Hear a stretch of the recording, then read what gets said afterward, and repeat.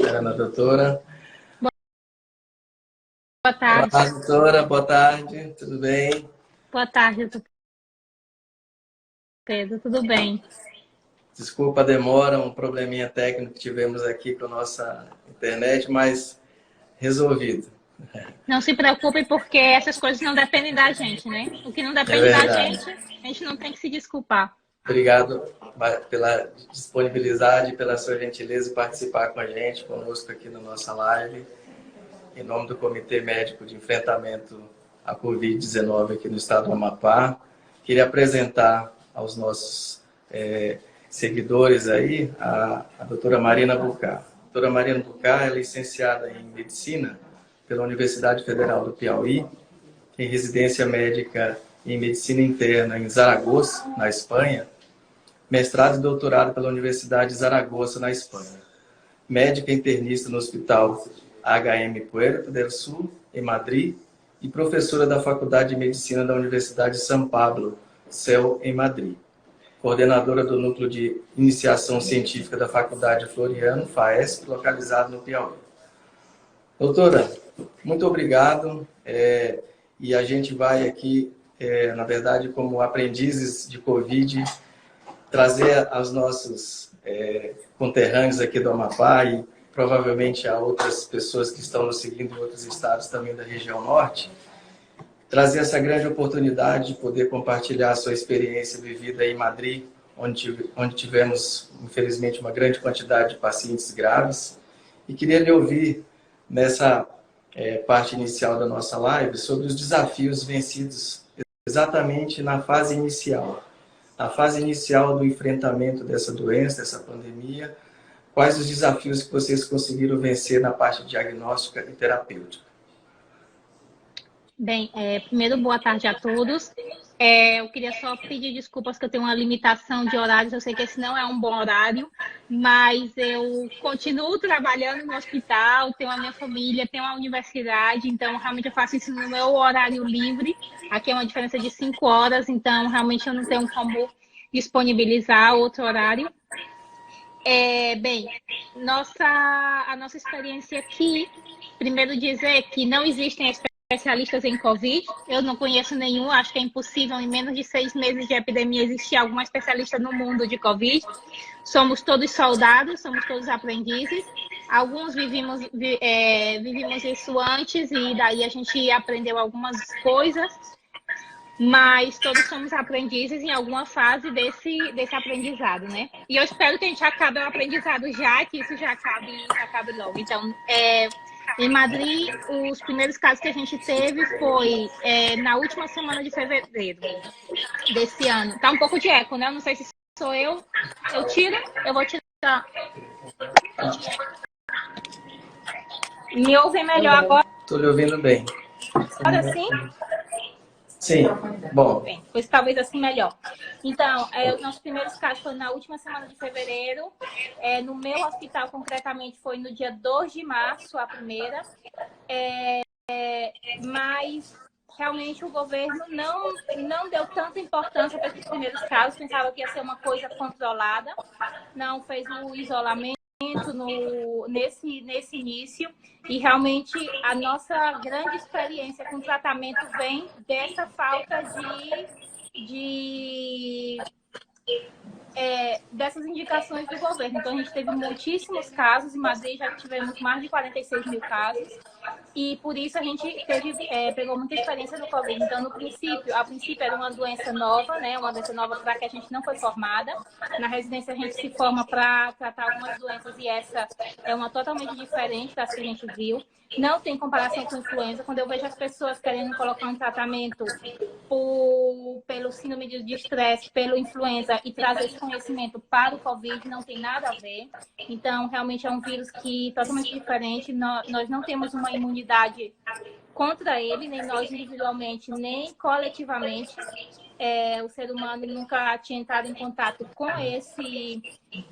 o Covid, então o maior problema dele é a nossa resposta imune. O vírus realmente in vitro não parece ser muito daninho, que causa tanto dano. O problema é a resposta imune, porque a gente nunca teve contato com ele. Às vezes eu costumo comparar um pouco com essas doenças que quando os exploradores, os descobridores da América, os europeus foram para aí e se diz que os índios todos morreram muito rápido de varíola, de varíola, varicela, com afetações muito importantes, porque o sistema imune deles não estava preparado para isso, nunca tinham entrado em contato com a doença. E é um pouco o que acontece com a gente.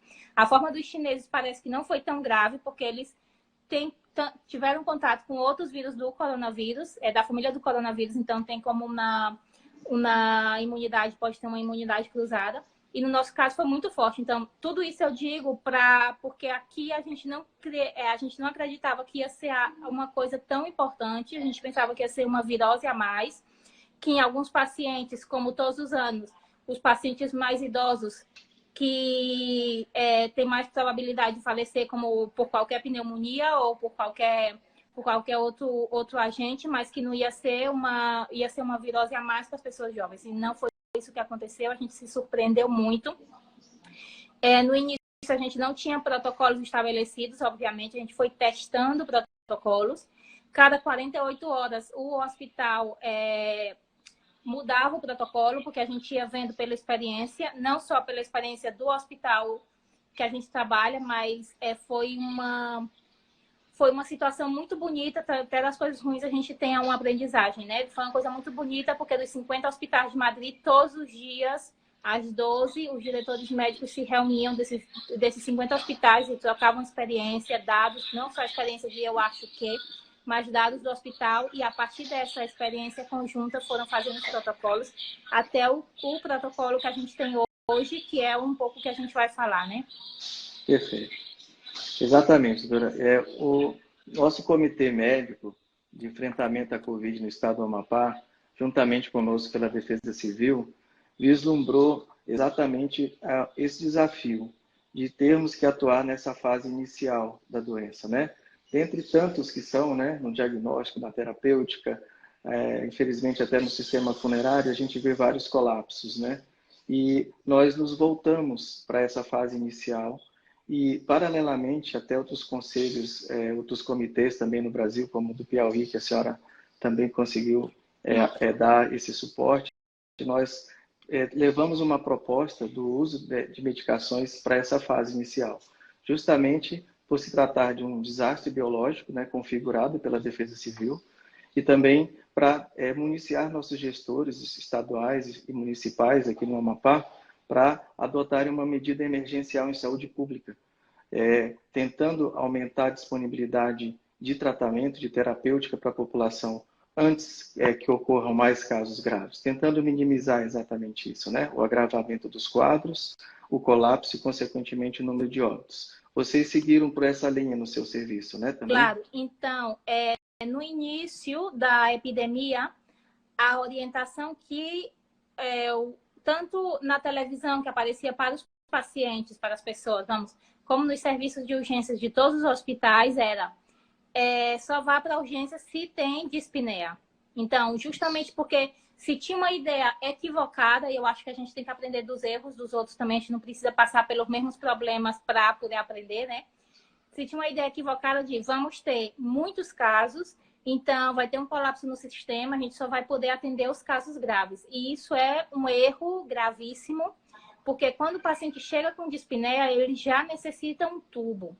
E muitas vezes já tem um certo grau de fibrose no pulmão. Não chega a ser fibrose fisiopatologicamente, mas já tem fibrina, já tem membrana hialina, que isso muitas vezes já não é reversível.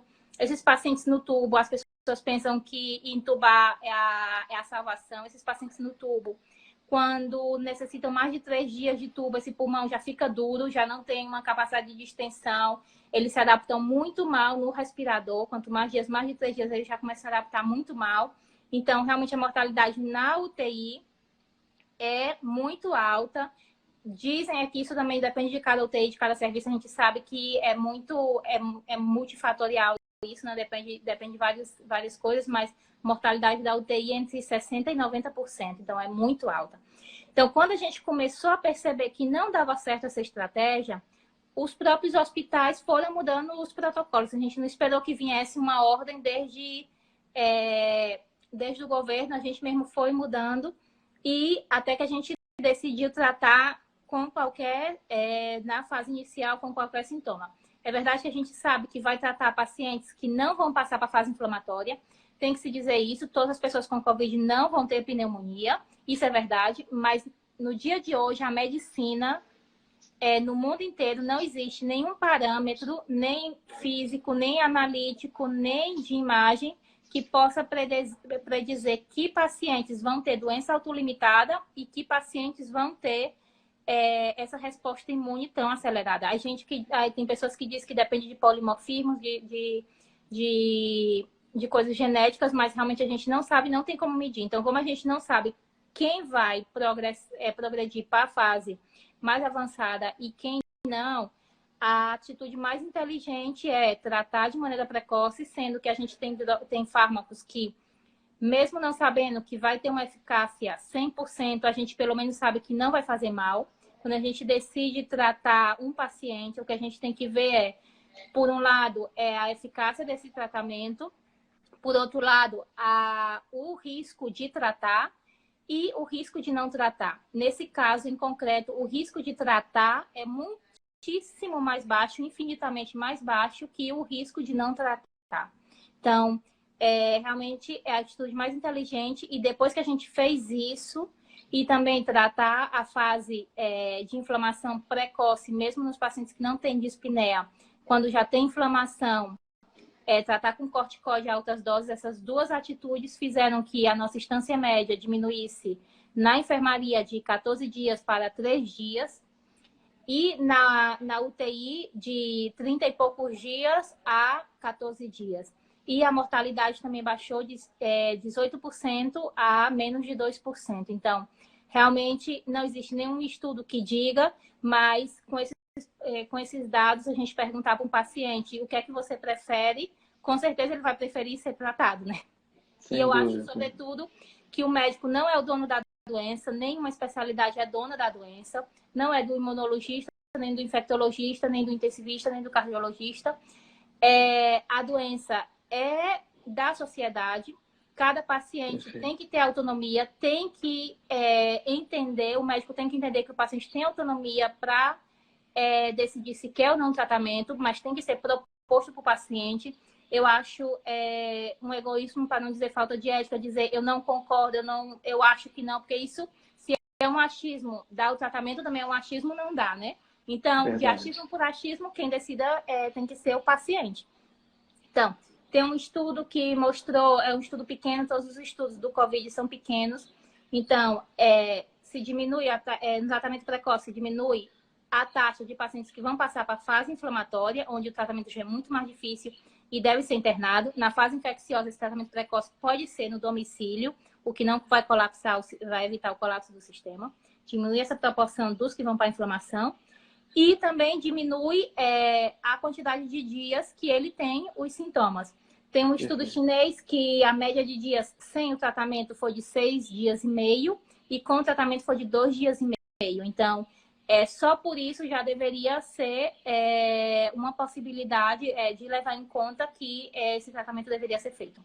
Também tenho que dizer que nos pacientes na fase inflamatória, esse já não é o tratamento ideal. Isso é como tudo, né? A gente tem que tratar cada doença na fase com o tratamento que deve ser feito. Esse é para o tratamento precoce, quando só tem a atuação do vírus no corpo, ainda não tem a resposta imune. Perfeito, né? A senhora poderia rapidamente passar uma orientação para nós, porque tem vários colegas acompanhando e pessoas também que precisam entender essas fases diagnósticas. A senhora fez um tipo de classificação que a senhora tem divulgado e eu achei muito interessante e didático, porque ela nos direciona para o que momento a gente deve agir.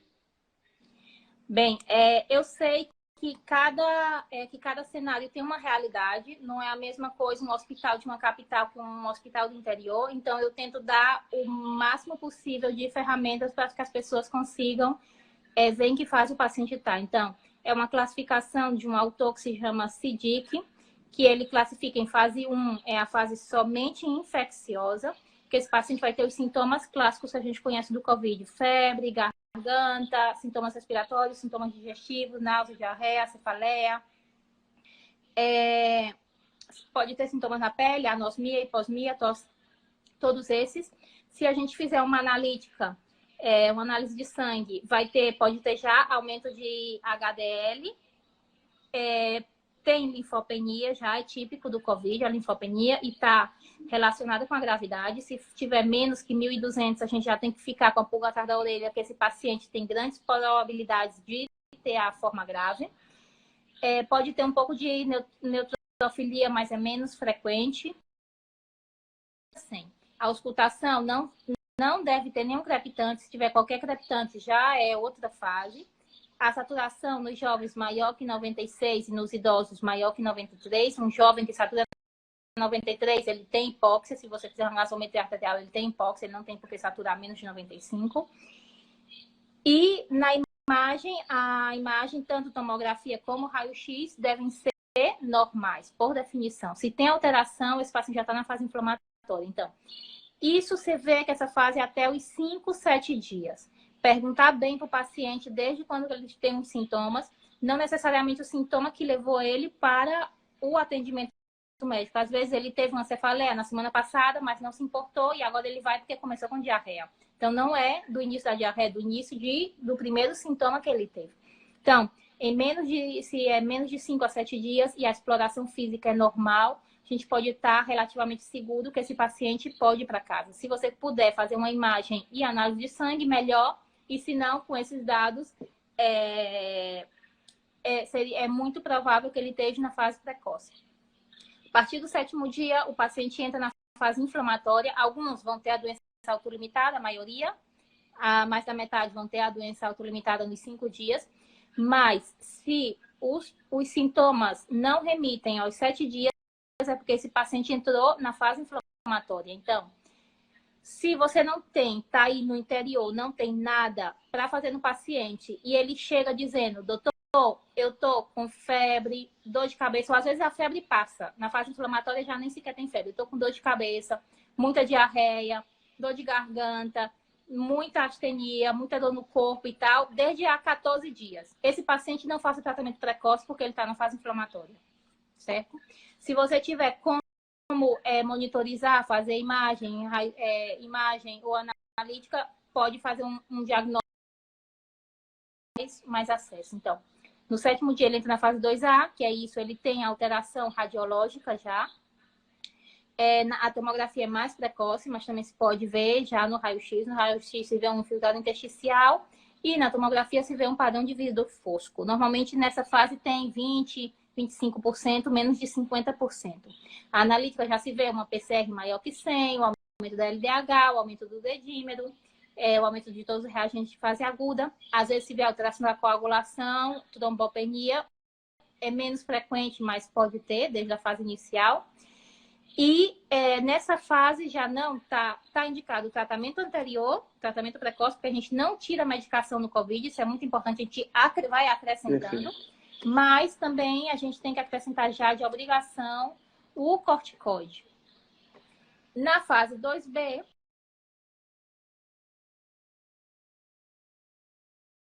para 2B. Então, na fase 2B, o paciente tem tudo da 2A, mas também já tem dispneia, já tem esse desconforto respiratório. E já tem hipóxia. Então,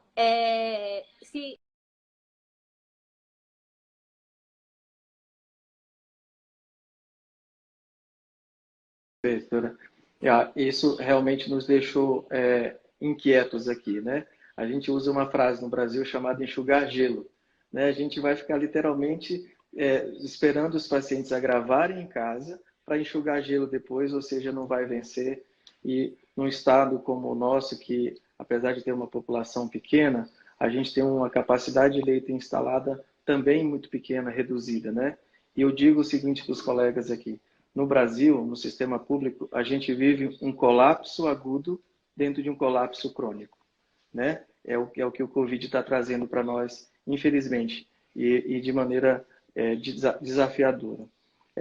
Eu gostei muito de uma fala sua, do estágio que vocês estão agora em Madrid, em relação a desativar leitos, né, de unidades de UTI, e tratando agora exatamente as sequelas dos pacientes que foram entubados, né?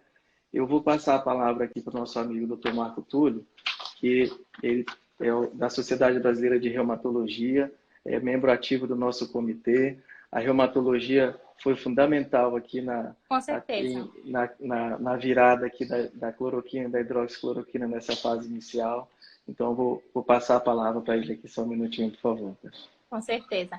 Enquanto passa a palavra, eu queria dar os parabéns para vocês, porque realmente é uma atitude muito corajosa de vocês, de fazer um protocolo, porque muitos gestores o que fazem é que fica a critério do médico e passa a bola para o médico. Realmente é uma atitude muito corajosa e muito bonita, tanto de proteção da sociedade como de proteção dos companheiros médicos. Então, de parabéns. Oi, Marina, tudo bem? Boa noite. Boa noite. Meu nome é Marco Túlio, eu sou reumatologista e quero trocar uma palavrinha com você. Tá? Por coincidência, várias manifestações do Covid se assemelham muito à nossa rotina da reumatologia, né? Sim. Aquela arte do paciente com lúpus ou com vasculite, que tem infecção e inflamação da doença ao mesmo tempo. Né? Isso aí é uma rotina nossa, além dos usos dos corticoides, da hidroxicloroquina e do próprio tocilizumab. Né? E uma dúvida, uma indagação que eu sempre fiz no início da epidemia, com os primeiros pacientes que chegaram para nós, era da contraindicação dos corticosteroides. Né? Então, eu sempre vi que era um posicionamento muito exagerado, que não acreditava que havia uma contraindicação assim formal e imaginava sim que a gente deveria fazer nessa fase inflamatória doses elevadas de corticosteroides. A minha dúvida, pela tua experiência, se nas fases iniciais não poderíamos fazer doses anti-inflamatórias, ou seja, doses baixas de prednisona ou prednisolona, tipo 0,25 miligramas por quilo, doses mais baixas, só com ação anti-inflamatória, você acha que poderia ser contraproducente ou não? Qual seria a tua posição? Quando o senhor fala de fase inicial, é na fase infecciosa sem inflamação. Infecciosa. Isso. Eu tenho que dizer que a gente testou, não é que a gente um dia chegou, vamos botar corticoide no povo e vamos botar com essa dose. A gente testou várias doses em vários momentos e essa foi a que ficou melhor. Tá com muito.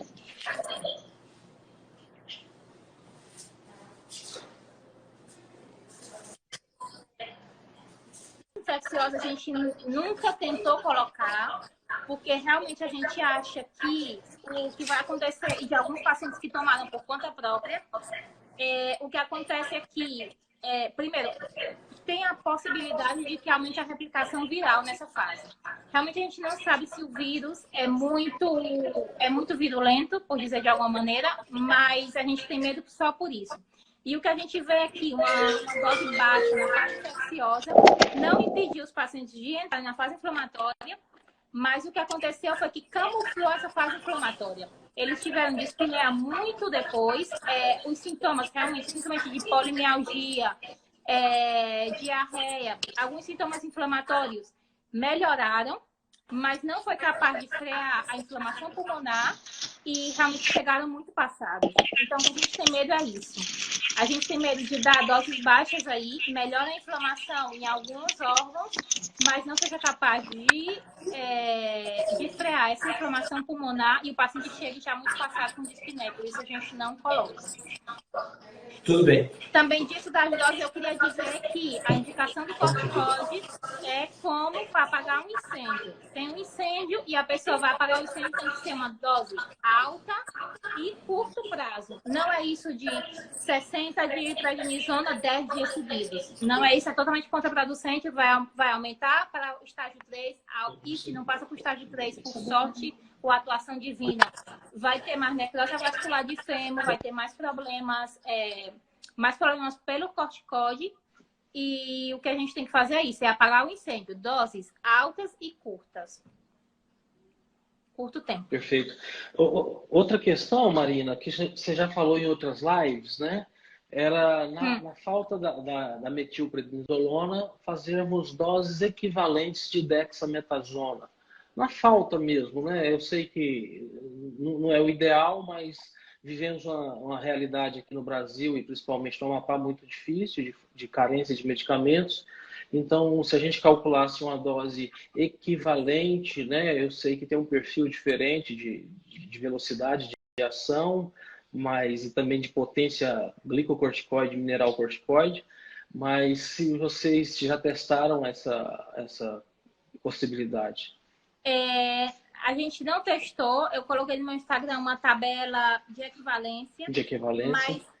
Mas a minha ideia não era realmente que as pessoas fizessem equivalência. Eu acho que o ideal é fazer a metilprednisolona da mesma maneira que eu sempre digo, não é obrigado fazer tomografia a todo mundo, não é obrigado fazer um eletro a todo mundo, mas eu acho que sim que é obrigado dar metilprednisolona, sim. Desde o meu ponto de vista, terá realidades que não e vocês vão ter que botar outro. Talvez na ideia de não botar nada ou colocar isso pode ser viável.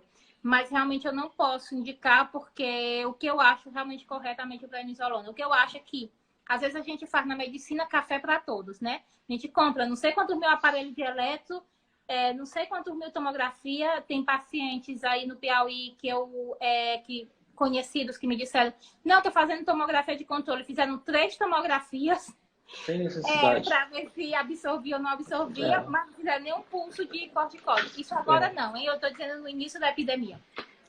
O que eu quero dizer com isso? Que as provas não são terapêuticas. Às vezes a gente pensa que por fazer provas mais caras, a gente está salvando ou está sendo melhor médico do que outros. Então, talvez seja melhor a gente gastar menos com tomografia, menos com coisas que não tenham tanta relevância. A tomografia, obviamente, não estou contra a tomografia, hein? Vamos ver. Tem o seu papel, mas não é obrigatório em todo mundo. Não é obrigatório controle tomográfico cada 2 dias. Não vamos entrar em loucuras. Não é obrigatório eletro cada 2 dias. Não é obrigatório que um cardiologista veja esse eletro e te libere para fazer esse tratamento. Não vamos entrar em loucuras. Mas a metilprednisolona hoje é o corticoide melhor para o COVID nas doses indicadas. O que pode se fazer? Primeiro dia metilprednisolona e se tiver menos inflamação, corticóide oral. Isso poderia ser. Mas o melhor perfil é esse. Eu não testei nenhum outro, então não posso indicar. A nossa experiência aqui, que já está com N até importante aqui em Macapá, no Hospital São Camilo, a gente tem feito corticosteroide por via oral e temos tido uma resposta razoável também. A nossa mortalidade no hospital particular é bastante reduzida. O hospital fez um protocolo muito bom e a gente tem uma mortalidade baixa. E a maioria dos pacientes que não são internados fazem um corticosteroide por via oral, né, uma dose aí de 60, 80 de prednisolona. E, em geral, está tendo uma resposta satisfatória. Infelizmente, não temos leitos para todos, né, mas, em si, em média, a resposta está sendo bastante boa. Mas o que eu me planteio é se seria possível, na urgência, colocar a primeira dose do pulso e esse paciente ir para casa com seu pulso, porque realmente, se está numa inflamação... Modifica a história. Mas se está numa inflamação importante, o epitélio digestivo também não vai absorver uma medicação oral, né? Não, sim. O paciente com critério de internação, aquele paciente hipoxêmico, ele tem que ser internado. Não tem outra alternativa, né, e receber as medicações de forma endovenosa. Né? Agora, aqueles pacientes com quadros moderados, com baixo risco e que podem receber tratamento em domicílio, eles estão sendo medicados com prednisolona ou prednisona com a resposta até satisfatória, sim. Né? Pois é boa experiência, porque assim pode passar. A gente não tem experiência com o corticóide oral. Certo. Entendi. Assim. E tudo bem.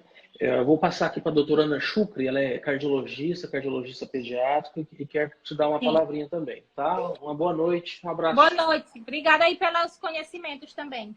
Um abraço. Que a gente aprende das experiências das pessoas. Olá, Marina. Deixa eu... Tá me ouvindo, Marina? Tudo bem? Boa tarde. Deixa eu chegar que nós estamos juntos, mas estamos todos aqui usando máscara, separadinhos. Tudo bem, Marina? Hoje a minha dificuldade é o seguinte, eu trabalho com cardiopatia congênita no estado, a gente atende do feto ao adulto portador de cardiopatia congênita, e esses portadores de cardiopatia congênita que crescem têm suas comorbidades, né? Diabetes, hipertensão, dislipidemia. O que mais me chama a atenção nesse tipo de paciente? Ai, desculpa. Na fase inicial dos sintomas, né, naquela primeira fase, a minha maior preocupação não só em fazer a medicação que dá no nosso protocolo, daqui a pouco o Pedro Omar vai conversar com você sobre isso, mas também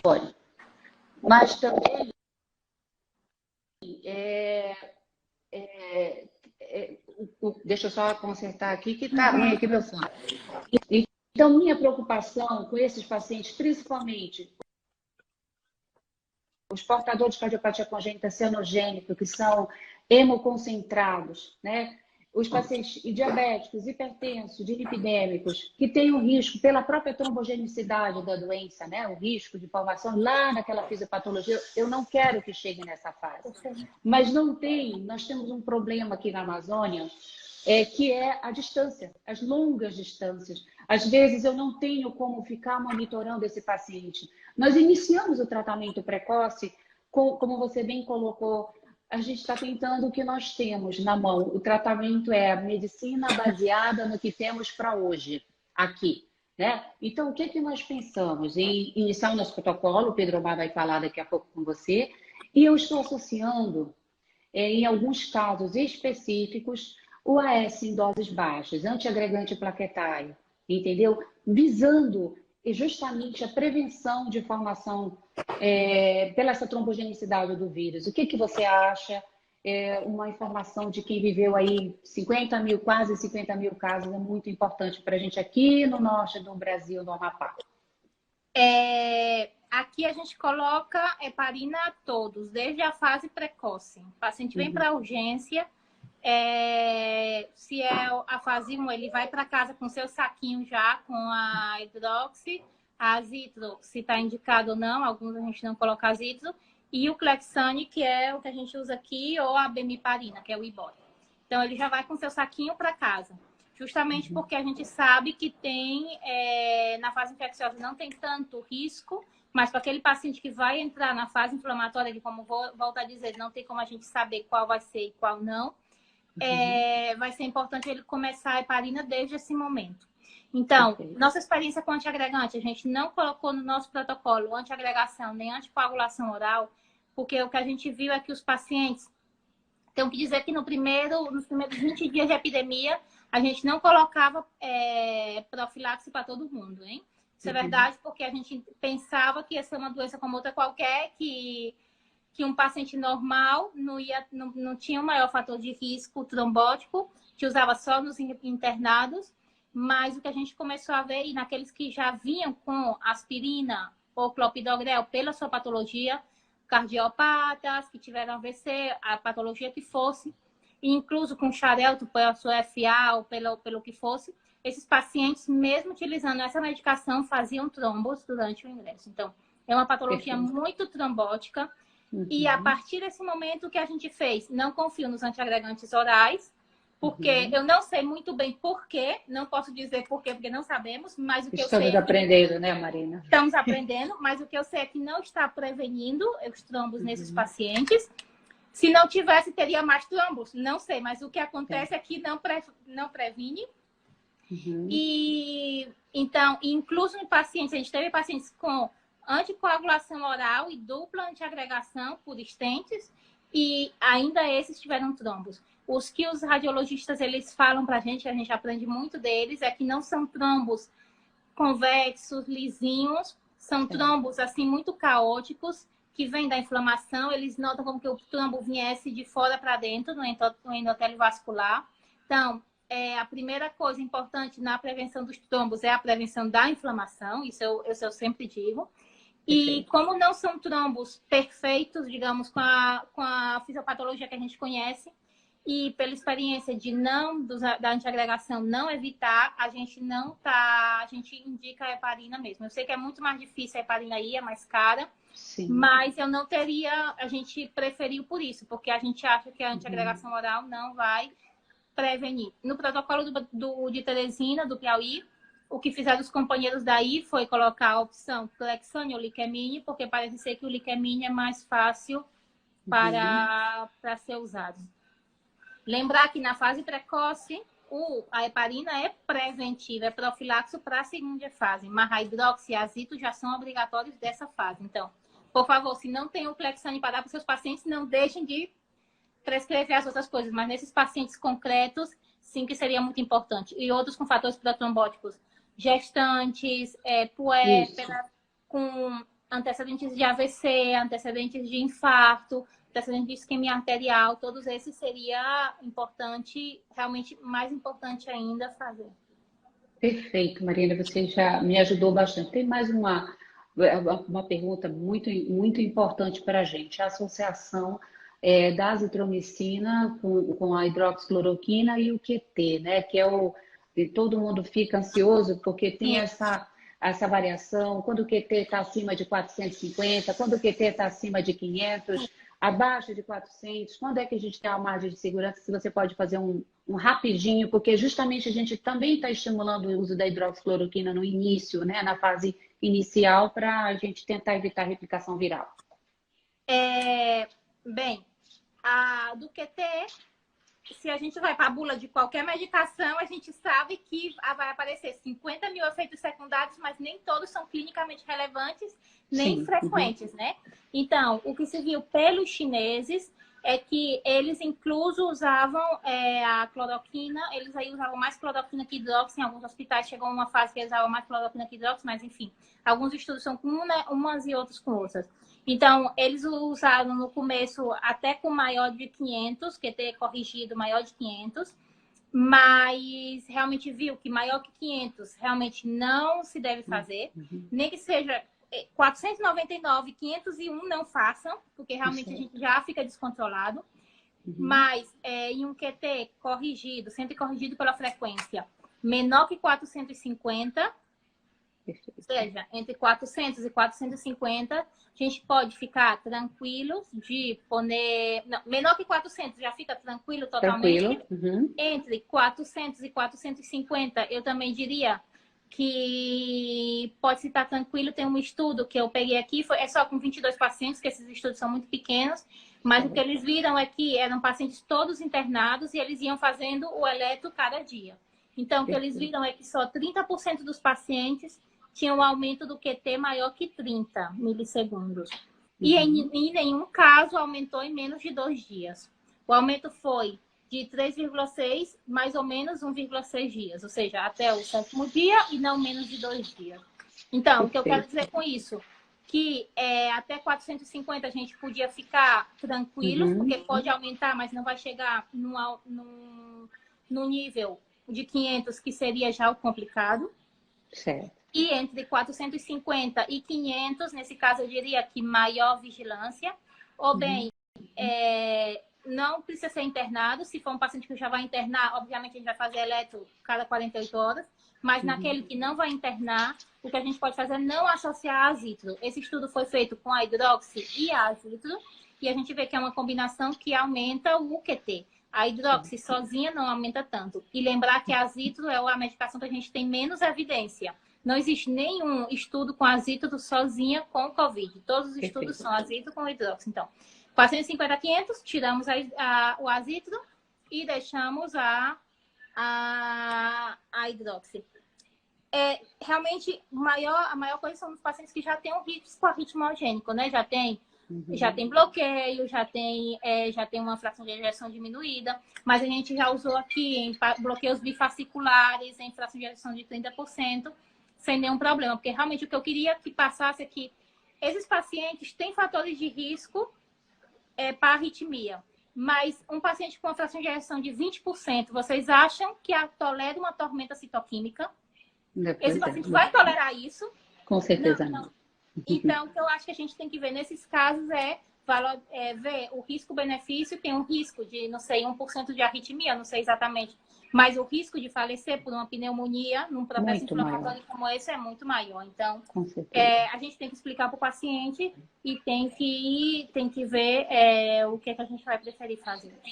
Só por curiosidade, na nossa equipe tem um cardiologista, ele não vê todos os pacientes, mas vai vendo. A gente teve um paciente com flecainida por um Wolff Parkinson White, de 43 anos, que inclusive era esposo de uma companheira nossa. Então, a cloroquina não se pode colocar com algumas drogas antiarrítmicas, incluindo a flecainida. E o cardiologista preferiu tirar a flecainida desse paciente com Wolff Parkinson White, deixar ele monitorizado e deixar com a sua hidroxicloroquina e o corticoide.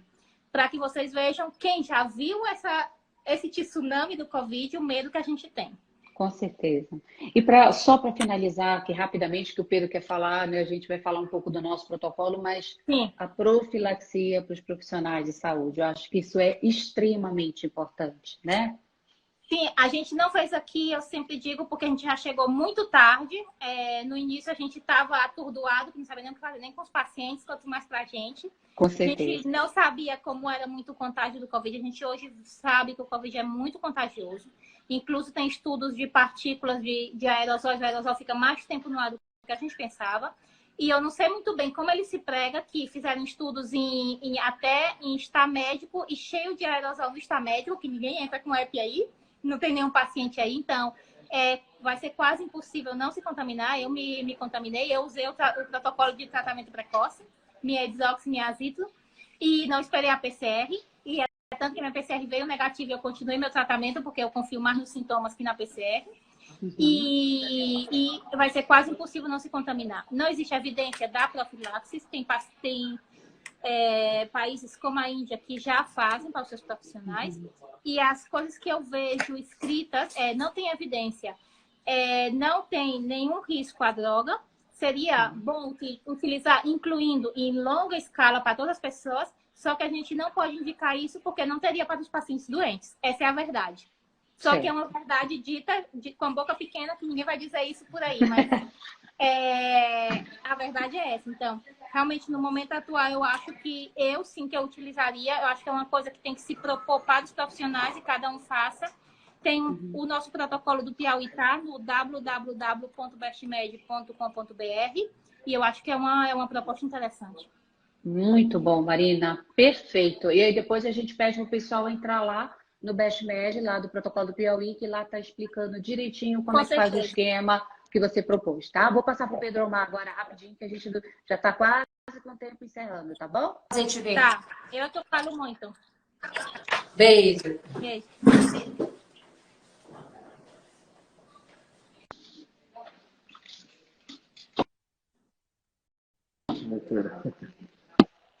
Sim. Ei, voltei. Então, Marina, muito bom, acho que muito proveitosa a nossa live até aqui, a sua explanação semelhante aos seus vídeos, né, bem didática, a linguagem bem fácil para a gente absorver. Eu vou tentar trazer algumas perguntas aqui. O que a gente tem que ter mais medo, então? Do vírus ou da cloroquina? Claro, eu não tenho nenhuma dúvida, eu coloquei o meu exemplo, porque às vezes a pessoa pensa que a gente fala por falar. Então, eu tive os sintomas, não fiz análise de sangue, minha PCR foi fazer depois, quando já estava no 4º dia da cloroquina, e eu usei minha hidroxi, porque aqui a gente tem a hidroxicloroquina, minha azitromicina, usei 7 dias, minha PCR veio negativa, porque às vezes tem falsos negativos, mas eu confio mais nos sintomas. Posso ter tomado sem necessidade? Posso, mas eu prefiro isso que passar pelo que passam os meus pacientes. Então, eu, Marina, tenho muito mais medo ao vírus que a hidroxicloroquina. Não fiz eletro antes de tomar hidroxicloroquina, hein? Perfeito. É um desafio, né? Porque a questão até da politização da droga aqui no Brasil, ela representou um desafio que nós vamos ter agora aqui, fazer um trabalho suado, né, para desconstruir isso em benefício dos pacientes, né?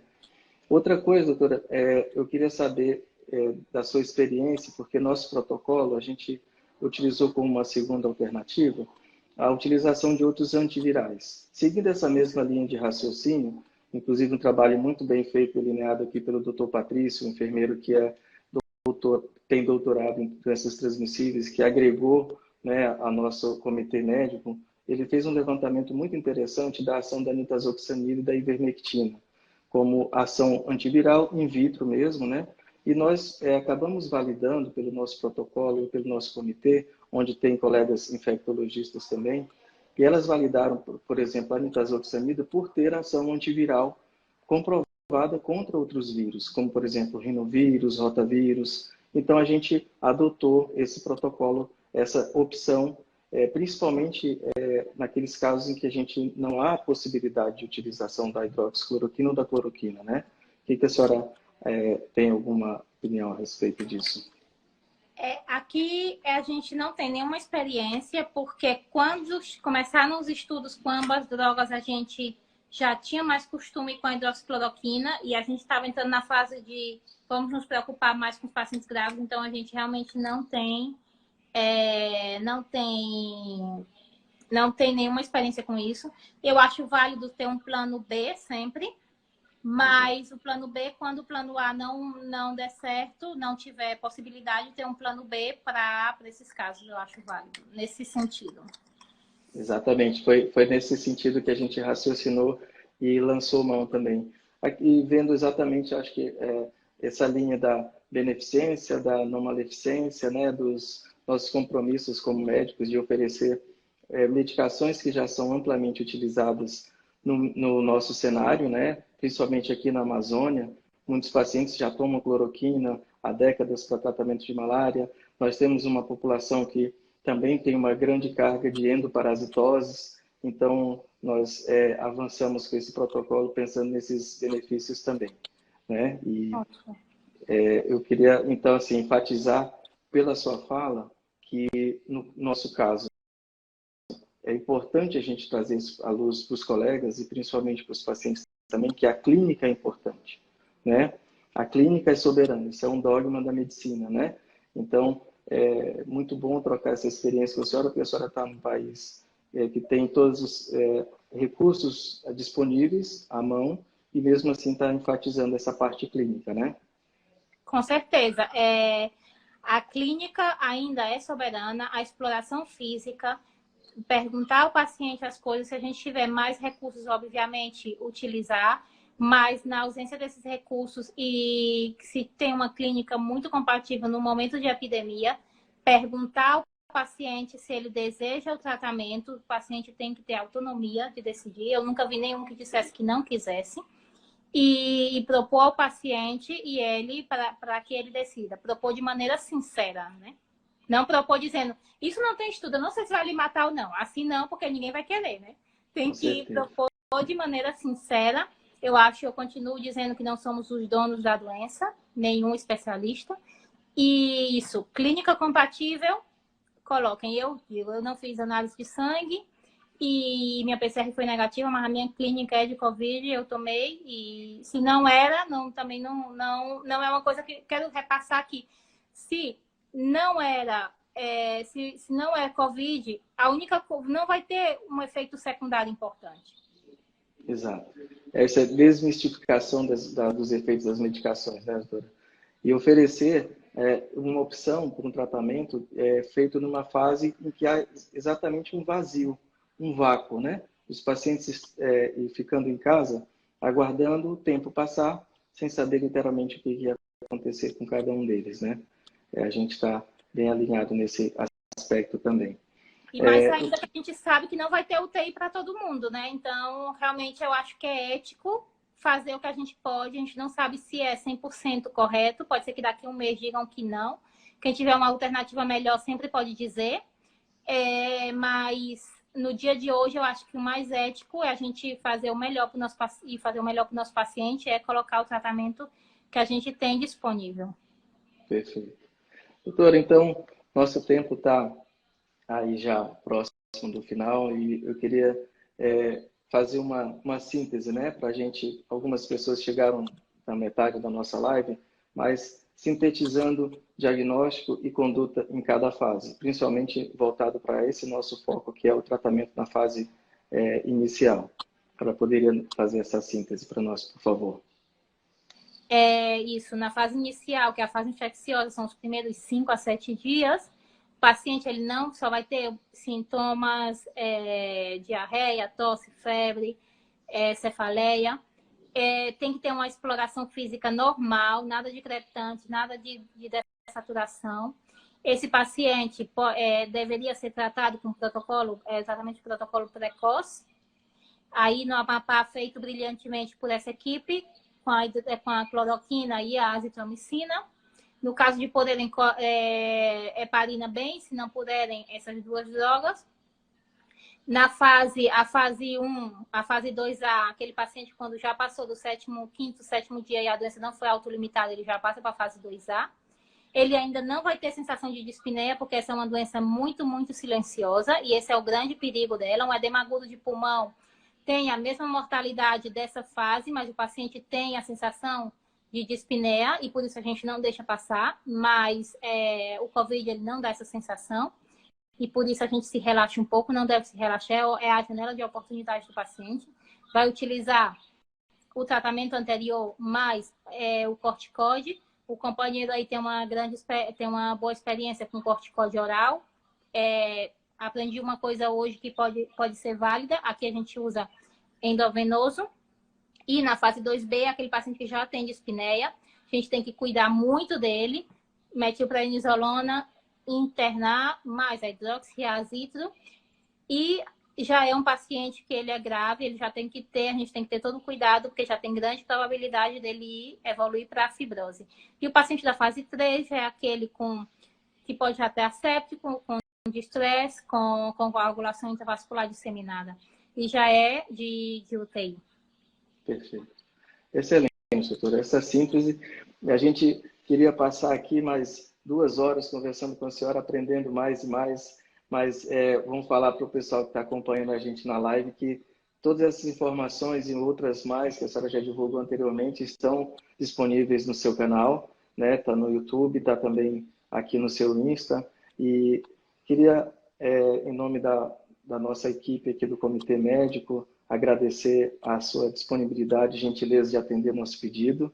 Em nome da nossa população também, não só do Amapá, mas da região norte como um todo, né? E queria pedir que essa parceria continue, porque nós realmente estamos entrando naquele nosso momento mais crítico, mais difícil aqui, né? Nossos amigos aqui do Pará e do Amazonas já estão numa fase mais avançada, nós provavelmente vamos enfrentar os dias mais difíceis nas próximas semanas ainda, e ter esse amparo científico e de conhecimento de vocês aí, pessoalmente, com certeza nos trouxe um alento, uma luz que é enviada por alguém especial lá de cima, né? Que está sempre nos guiando e nos direcionando para o caminho certo. Bem, eu queria agradecer, eu acho que em nome da população, porque vocês estão fazendo um trabalho brilhante e muito corajoso. Todos os estados não estão tendo essa coragem, todos os gestores não estão tendo essa coragem. Eu acho que sim, que a gente tem que brigar pelo melhor para a população, da maneira mais adequada com o conhecimento que a gente tem hoje, e é esse. E vocês estão fazendo um trabalho muito bom, com certeza no que eu puder ajudar. Eu sempre digo, eu não sou uma especialista em Covid, eu sou a médica que estou lutando aqui, já vimos muitos. Tenho um certo conhecimento científico, tenho doutorado, dou aulas de doutorado, mas realmente no Covid eu sou um soldado, não sou um capitão. Às vezes a pessoa diz, isso como você vai me convencer? Eu não tenho que convencer ninguém, eu estou falando a minha experiência. E dar outra vez os parabéns para vocês, e espero que vocês aí no Amapá sejam um farol para o resto da região norte, e que sigam os passos de vocês, que eu acho que estão fazendo um trabalho maravilhoso. Amém, doutora. Que Deus continue nos guiando, né? Muito obrigado. E vamos intensificar essa parceria. A gente vai incomodar aí mais uma vez, com certeza, em breve. Não é incômodo, não. Um grande abraço, César. Um abraço Obrigado pela participação de todos. E logo, logo podemos estar de volta com outra live aí com mais novidades, né, doutora? Com certeza. Muito obrigado. E o resultado do Dr. Marco Túlio, eu quero saber. Com certeza. Vamos compartilhar. Tudo de bom. Obrigado. Obrigada.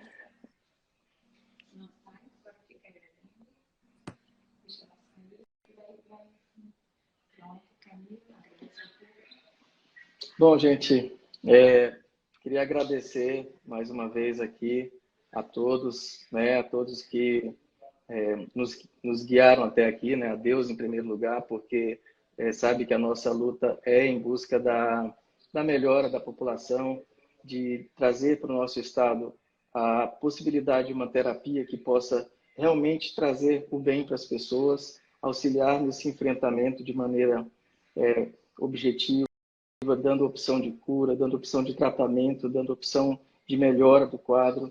E eu agradeço a todos que contribuíram até aqui, todos os colegas que estão na linha de frente, aos nossos gestores do governo, das prefeituras, que também nos deram ouvido, nos acolheram com essa proposta, ao nosso CRM, que validou o nosso protocolo, ao Corpo de Bombeiros Militar, aos nossos comandos, aos nossos comandantes que também acreditaram nessa proposta para que a gente avançasse pela defesa civil. Enfim, nós estamos numa guerra e guerra se vence assim, com união, com força, com confiança, com fé em Deus e com